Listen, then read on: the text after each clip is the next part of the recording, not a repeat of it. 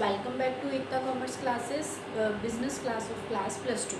तो हम लोग बिज़नेस एनवायरनमेंट यूनिट 3 कर रहे हैं ऑलरेडी, जिसमें कि हम लोग बिज़नेस एनवायरनमेंट की जो डायमेंशंस है उसको हम कंप्लीट कर चुके हैं पिछले लेक्चर में।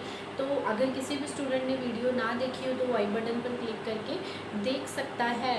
तो बिज़नेस एनवायरनमेंट टॉपिक जो है हमारे सिलेबस का एक मोस्ट इम्पॉर्टेंट टॉपिक है। इसके अंदर एक नया टॉपिक हम करने जा रहे हैं, इकोनॉमिक रिफॉर्म्स।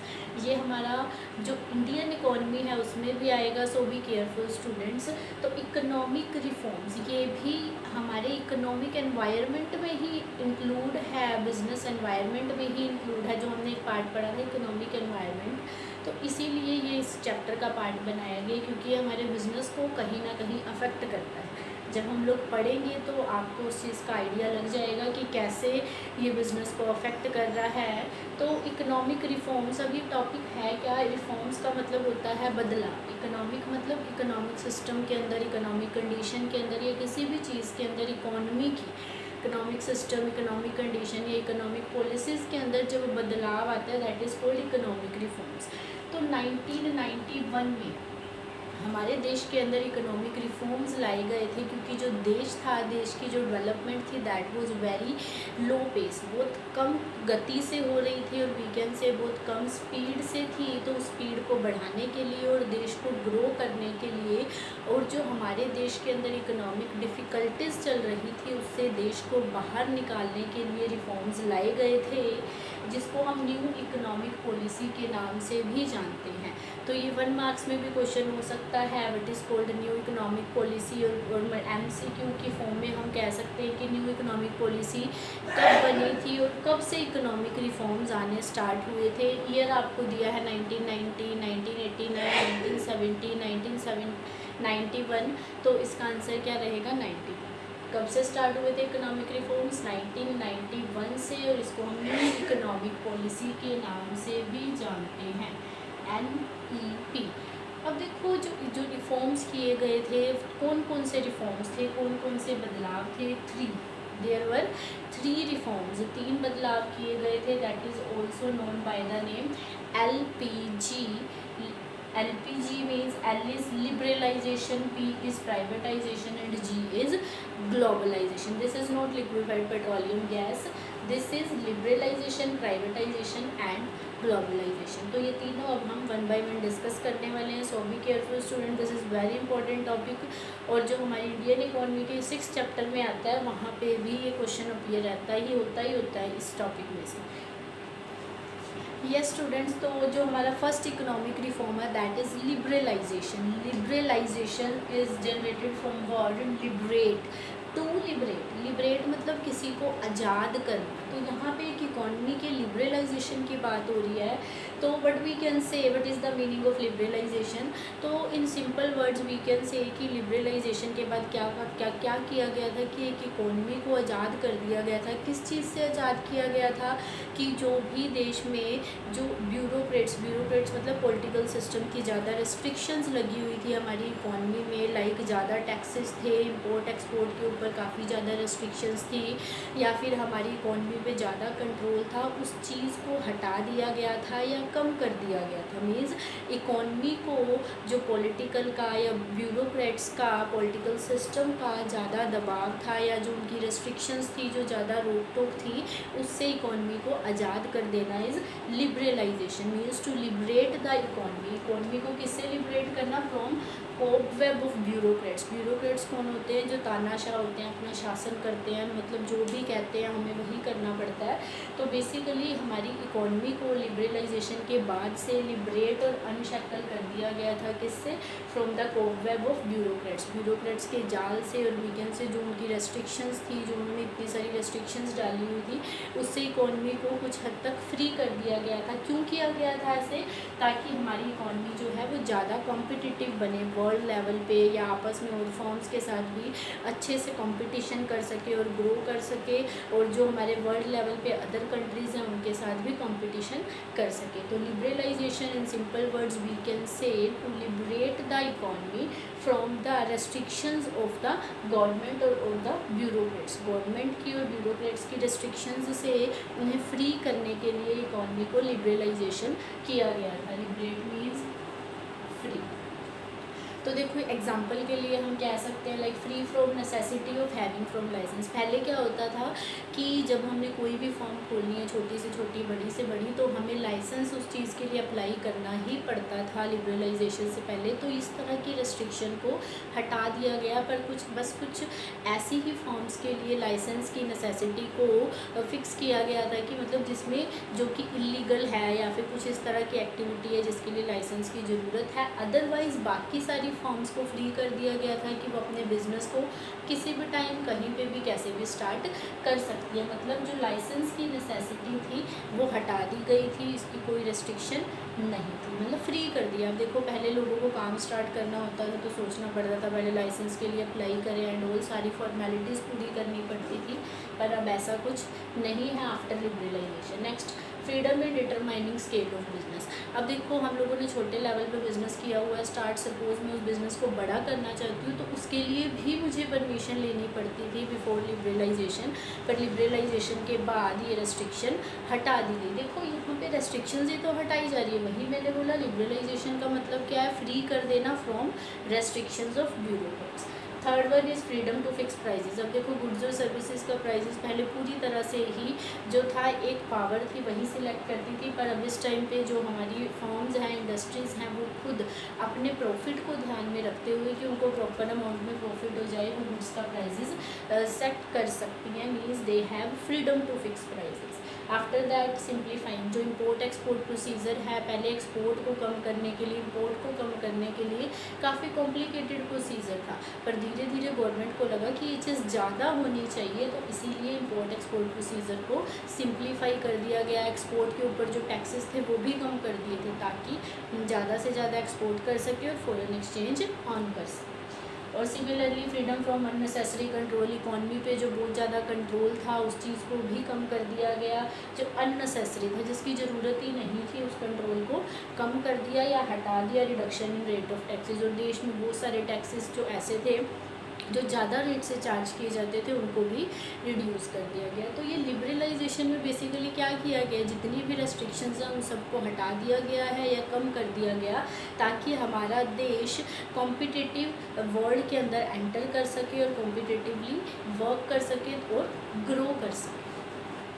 ये स्टूडेंट, तो नेक्स्ट वन है हमारा economic reform, privatization. Privatization, private प्लसाइजेशन। प्राइवेटाइजेशन क्या है, इंक्रीज ऑफ प्राइवेट सेक्टर। देखो इस इकोनॉमिक रिफॉर्म के बाद क्या हुआ था, देश के अंदर जो प्रोडक्शन सेक्टर थे या फिर फॉर्म्स थी, इंडस्ट्रीज़ थी, उसका राइट प्राइवेट सेक्टर को भी दिया गया था कि जो प्राइवेट पीपल हैं वो लोग भी इस पर्टिकुलर सेक्टर के अंदर इंडस्ट्रीज़ ओपन कर सकते हैं, फॉर्म्स ओपन कर सकते हैं easily without any restriction, without any licence and all.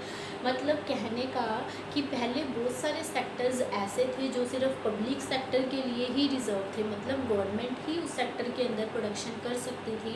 पर क्या हुआ, आफ्टर प्राइवेटाइजेशन वो जो राइट था प्राइवेट सेक्टर को भी दे दिया गया। अब देखो कुछ पब्लिक सेक्टर ऐसे थे जो पूरी के पूरे ही प्राइवेट सेक्टर को दे दिए गए, मतलब पब्लिक सेक्टर को राइट ही नहीं रहा कि वो उस सेक्टर के अंदर प्रोडक्शन कर भी सकती है। पर कुछ सेक्टर ऐसे थे जिसमें कि पब्लिक सेक्टर के साथ साथ प्राइवेट सेक्टर को भी राइट दिया गया था कि इस सेक्टर में प्राइवेट पीपल भी फॉर्म्स ओपन कर सकते हैं और प्रोडक्शन स्टार्ट कर सकते हैं। तो बेसिकली इन शॉर्ट हम कह सकते हैं कि प्राइवेटाइजेशन से पहले ज़्यादा जो प्रोडक्शन होती थी वो गवर्नमेंट करती थी। मीन्स वो सब किसके हाथ में था, गवर्नमेंट के हाथ में था, पब्लिक सेक्टर के हाथ में था। पब्लिक जहाँ भी वर्ड यूज़ हो रहा है it means we are talking about government sector, तो वो पब्लिक गवर्नमेंट के हाथ में ही था। पर प्राइवेटाइजेशन के बाद क्या हुआ, ये राइट हम जैसे लोगों को, प्राइवेट पीपल को भी दे दिया गया कि हम लोग भी इंडस्ट्रीज और फॉर्म्स ओपन कर सकते हैं। और कुछ सेक्टर तो ऐसे हैं जो पब्लिक कंट्रोल के अंदर रहे ही नहीं, पूरा का पूरा प्राइवेट कंट्रोल में ट्रांसफ़र कर दिए गए। तो देखो increase of private sector, privatisation means increase of private sector. तो हम मीनिंग देख लेते हैं, मीन्स इकोनॉमिक प्रोसेस, ये एक ऐसा इकोनॉमिक प्रोसेस है through which some public sector, some public sector मतलब गवर्नमेंट सेक्टर की बात हो रही है। Public sector undertaking is brought either partially मतलब कुछ हिस्से में, मतलब कहने का पब्लिक सेक्टर भी उस पर्टिकुलर उसमें काम करेगा, प्रोडक्शन करेगा, पर उसके साथ साथ प्राइवेट पीपल को भी राइट दे दिया गया। तो some public sector undertaking is brought either partially मतलब उसका कुछ हिस्सा हाफ या हाफ से ज़्यादा और कम्प्लीटली, और कुछ पब्लिक सेक्टर अंडरटेकिंग्स ऐसी थी जो कि पूरी तरह से ही किसके हाथ में दे दी गई, प्राइवेट सेक्टर के। अब पब्लिक सेक्टर को उसमें काम करने का कोई अधिकार नहीं रहा। इसके बाद प्राइवेटाइजेशन के बाद मतलब वो इंडस्ट्रीज या तो पूरी की पूरी प्राइवेट सेक्टर में कर दी गई या फिर पार्शियली प्राइवेट सेक्टर को उसका अधिकार दिया गया। तो दिस इज़ प्राइवेटाइजेशन बेसिकली, कि मतलब प्राइवेट पीपल को राइट दिया गया था कि वो इंडस्ट्रीज़ खोल सकते हैं। इसका मेन रीज़न क्या था, ताकि देश के अंदर ज़्यादा से ज़्यादा तरक्की हो, क्योंकि गवर्नमेंट जब अकेली काम करती है तो वो इतना ग्रोथ नहीं कर पाती है। अगर लोग भी अपने इनिशिएटिव रखते हैं या अपने राइट्स को यूज़ करते हैं या अपनी जो उनकी कैपेबिलिटी है उसको यूज़ करते हैं, तो इससे कहीं ना कहीं देश को ग्रो करने में हेल्प मिलती है। इसीलिए गवर्नमेंट ने स्टेप लिया था। तो देखो इसका फीचर्स क्या है, इससे क्या क्या इफेक्ट पड़े और वीकेंड से कि इसका क्या प्रभाव पड़ा। इससे क्या हुआ, पब्लिक सेक्टर का रोल इकोनॉमी में कम हो गया and increasing role of private sector का रोल बढ़ना स्टार्ट हो गया धीरे धीरे। और क्या हुआ, जो गवर्नमेंट मशीनरी थी, मीन्स हमारे देश के अंदर जो सारा काम था कंट्रोलिंग का, वो किसके हाथ में था, गवर्नमेंट के हाथ में, क्योंकि पब्लिक सेक्टर गवर्नमेंट कंट्रोल करता है, तो वो भी रिड्यूस होना स्टार्ट हो गया। इसके बाद स्पीडिंग अप इकोनॉमिक डेवलपमेंट, अभी मैंने बोला कि देश की ग्रो करने के लिए, देश को ग्रोथ करने के लिए ही ऐसा किया गया था, तो इससे देश की इकोनॉमिक डेवलपमेंट भी होने लगी। इसके बाद कंपटीशन देखो वेरी इंपॉर्टेंट है, जो इसका अफेक्ट पड़ा था। देखो क्या हुआ था, जब पब्लिक सेक्टर था वो पहले अकेला काम कर रहा था बिना किसी कंपटीशन के, पर जैसे ही प्राइवेट सेक्टर भी एंटर हुआ तो उनके बीच में एक कंपटीशन हुआ। और जब भी कंपटीशन होता है तो हम लोग चाहते हैं कि हम उससे बेटर करें, वो चाहता है वो हमसे बेटर करे। तो इससे क्या होता है, इससे कहीं ना कहीं इनडायरेक्टली देश को ग्रो करने में हमें हेल्प मिलती है। तो इसका एक बेनिफिट ये था, कंपटीशन के बढ़ने से भी डेवलपमेंट पे काफ़ी पॉजिटिव इम्पैक्ट पड़ा।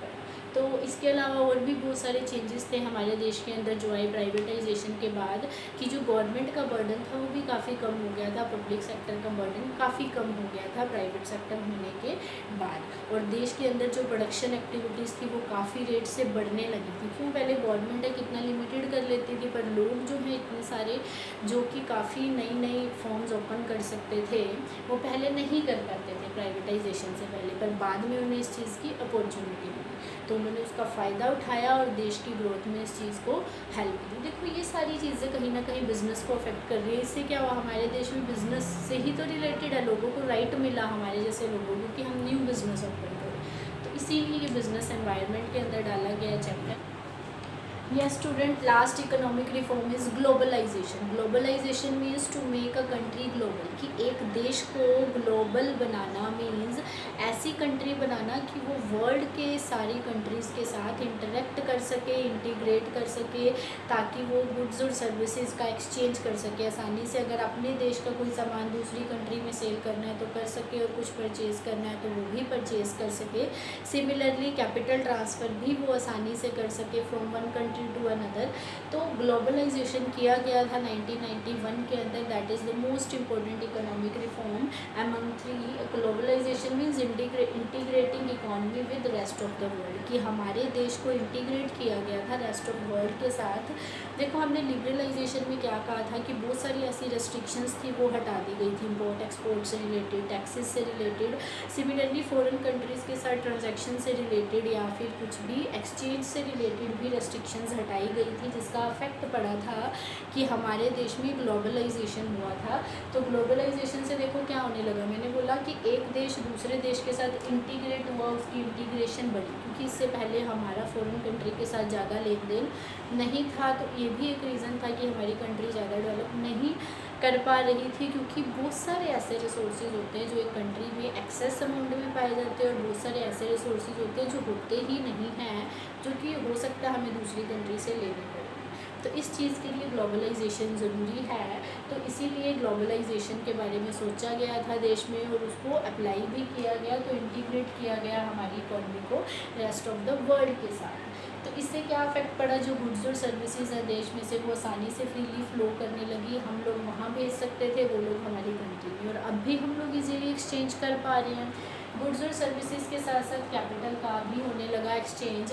लाइक आजकल हम लोग क्या करते हैं, डायरेक्ट इन्वेस्टमेंट, बहुत सारे लोग यहाँ पे आके इन्वेस्टमेंट करके बिजनेस स्टार्ट करते हैं, हम लोग भी वहाँ जाके कर सकते हैं। This is FDI. उसके अलावा पोर्टफोलियो इन्वेस्टमेंट होती है, हम लोग क्या करते हैं, किसी फॉरेन कंट्री की कंपनी के शेयर्स परचेज कर सकते हैं या हमारी गवर्नमेंट भी खरीद सकती है। सिमिलरली वो लोग हमारी कंट्री की कंपनीज़ में इन्वेस्ट कर सकते हैं, दैट इज़ पोर्टफोलियो इन्वेस्टमेंट। तो इससे क्या हुआ, कैपिटल का भी फ्री फ्लो होने लगा ग्लोबलाइजेशन के बाद। तो free flow of information and technology, और बहुत सारी IT सेक्टर्स है जो हमारी इंफॉर्मेशन टेक्नोलॉजी थी दूसरी कंट्री से हमारे देश में आने लगी, जिसको हम यूज़ कर पाते हैं और हमारी कंट्री से वहाँ पे जाने लगी। इससे क्या हुआ, एक पॉजिटिव इम्पैक्ट पड़ा हमारी कंट्री के ऊपर, और फ्री मूवमेंट ऑफ पीपल, और लोग भी आसानी से एक देश से दूसरे देश में जाने लगे और वहाँ के लोग भी यहाँ इजीली आ सकते हैं। तो बेसिकली ग्लोबलाइजेशन हम देखें तो ये किस पर्पज़ से किया गया था, एक देश का, हमारी कंट्री का फॉरेन कंट्री को के साथ इंटीग्रेट करने के लिए, ताकि हम आसानी से सामान का लेन देन कर सकें, और इससे हमारे देश की फ़ॉरेन एक्सचेंज के ऊपर भी अफेक्ट पड़ता है, फ़ॉरेन रिजर्व्स पे। क्योंकि देखो जब हम लोग इंपोर्ट करते हैं तो इंपोर्ट करने से फ़ॉरेन करेंसी कहीं ना कहीं हमारी वहाँ जाती है, तो जब हम एक्सपोर्ट करते हैं तो वहाँ से फ़ॉरेन करेंसी आती है। तो एक्सपोर्ट के ऊपर काफ़ी ज़्यादा स्ट्रेस दिया गया था कि हम लोग जितना ज़्यादा एक्सपोर्ट कर सकते हैं वो करें, टैक्सेस कम कर दिए गए थे उसके, ताकि हमारे पास फ़ॉरेन एक्सचेंज ज़्यादा से ज़्यादा आए और फ़ॉरेन एक्सचेंज रिजर्व्स इंक्रीज़। तो बहुत सारी ऐसे रीज़न्स थे जो कि ग्लोबलाइजेशन करने के पीछे बहुत सारे रीज़न्स थे। ये स्टूडेंट्स, तो हमने 3 जो इकोनॉमिक रिफॉर्म्स किए हैं, लिबरलाइजेशन, प्राइवेटाइजेशन एंड ग्लोबलाइजेशन, उसका मेन पर्पस क्या था देश में लाने का, what was the objective of economic reforms. देखो लिबरलाइजेशन में लिबरेट किया था, प्राइवेटाइजेशन में प्राइवेट सेक्टर का एंटर हुआ था, और ग्लोबलाइजेशन में हमने अपनी इकॉनमी को फ़ॉरेन की इकॉनमी के साथ, वर्ल्ड की अदर इकॉनमीज़ के साथ इंटीग्रेट किया। तो देखो मॉडर्नाइजेशन लाने के लिए पहले क्या था, इंडस्ट्रियल सेक्टर सिर्फ पब्लिक सेक्टर के हाथ में ही था, पब्लिक सेक्टर ही उसे कंट्रोल करता था या रन करता था, पर प्राइवेट सेक्टर के आने से क्या हुआ, उसमें मॉडर्नाइजेशन आया। तो मॉडर्नाइजेशन लेके आना इंडस्ट्रियल सेक्टर में इसका एक ऑब्जेक्टिव रहा है, और इसके साथ साथ जब हम फॉरेन कंट्रीज़ के साथ इंटरेक्ट करते हैं तो उससे भी हमारे कंट्री में कुछ ऐसी नई इंफॉर्मेशन टेक्नोलॉजी आती है, उससे भी मॉडर्नाइजेशन होता है। तो ये एक ऑब्जेक्टिव था। Next is encouraging private investment. देखो प्राइवेटाइजेशन किया गया, इससे बहुत सारे लोग, हमारे जैसे लोग इन्वेस्टमेंट करने लगे, तो प्राइवेट इन्वेस्टमेंट को एनकरेज बढ़ाने के लिए भी ऐसा किया गया था। और attracting foreign investment, foreign investment को अट्रैक्ट करने के लिए हमने ग्लोबलाइजेशन में बोला कि कैपिटल का ईजी ट्रांसफ़र होने लगा, लोग डायरेक्ट इन्वेस्टमेंट या पोर्टफोलियो इन्वेस्टमेंट करने लगे। तो इसका मेन पर्पज़ ये भी हो सकता है कि ताकि फ़ॉरेन के लोग ज़्यादा से ज़्यादा हमारी कंट्री में फ़ॉरेन इन्वेस्टमेंट करें, उसको अट्रैक्ट करने के लिए भी ऐसा किया गया था। एलिमिनेटिंग अनप्रोडक्टिव कंट्रोल्स, देश में बहुत सारे ऐसे कंट्रोल्स थे जो कि हमारी प्रोडक्शन को बढ़ने से रोक रहे थे, जिससे कि देश की इतनी ग्रोथ नहीं हो पा रही थी। तो उन सबको एलिमिनेट, ख़त्म करने के लिए भी इकोनॉमिक रिफॉर्म्स जरूरी थे। And connecting Indian economy, India की इकोनॉमी को वर्ल्ड की इकोनॉमी के साथ कनेक्ट करने के लिए किया गया था globalization. Increasing foreign exchange reserves, ताकि हमारे देश के फॉरेन एक्सचेंज रिजर्व बढ़े। ये भी मैंने पीछे बताया कि जब हम एक्सपोर्ट इंपोर्ट करते हैं और एक्सपोर्ट को ज़्यादा से ज़्यादा करते हैं, इंपोर्ट थोड़ा कम रखते हैं, तो इससे क्या होता है, फॉरेन एक्सचेंज हमारी कंट्री में ज़्यादा आ रहा है, क्योंकि जब हम सेल करते हैं तो वो लोग हमें पे करेंगे, और जब हम परचेज़ करते हैं तो हमने उन्हें पे करना है। तो फॉरेन करेंसी हमारे पास ज़्यादा आती है, तो इससे कहीं ना कहीं फ़ॉरेन एक्सचेंज रिजर्व्स को इंक्रीज़ करने में हेल्प मिलती है। तो ऐसा करने के लिए भी इकोनॉमिक रिफॉर्म्स लाए गए थे। और दूसरा, controlling unprofitable industrial units in public sector, public sector में बहुत सारी ऐसी यूनिट्स थी जो काम कर रही थी रेगुलरली, क्योंकि जो पब्लिक सेक्टर होता है उसका पर्पस प्रॉफिट अर्न करना नहीं, सर्विस मोटिव होता है। तो वो यही सर्विस मोटिव को ध्यान में रखते हुए काम कर रही थी, प्रॉफिट हो नहीं रहा था। बहुत सारी ऐसी जो अनप्रॉफिटेबल इंडस्ट्रियल थी पब्लिक सेक्टर में, इंडस्ट्रीज़ थी, उनको कंट्रोल करने के लिए भी ऐसा किया गया ताकि प्राइवेट सेक्टर भी आए और इनको ख़त्म किया जा सके। तो इसीलिए इकोनॉमिक रिफॉर्म्स लाए गए थे। और जो बेसिक रीज़न, देश की इकोनॉमिक डेवलपमेंट करने के लिए, देश को ग्रो करने के लिए, और जो देश कॉपवेब में फंसा हुआ था, वहाँ से कंट्री को बाहर लाने के लिए इकोनॉमिक रिफॉर्म्स लाना ज़रूरी था। और वी नो कि इकोनॉमिक रिफॉर्म्स के बाद 1991 के बाद हमारे देश की काफ़ी डेवलपमेंट हुई है। तो दीज इकोनॉमिक रिफॉर्म्स जो हैं these play an important role in the development of the country. Yes, thank you student, have a nice day. अगर वीडियो पसंद आती है तो इसे लाइक ज़रूर करें, चैनल को सब्सक्राइब और नोटिफिकेशन बेल पर क्लिक करना मत भूलें।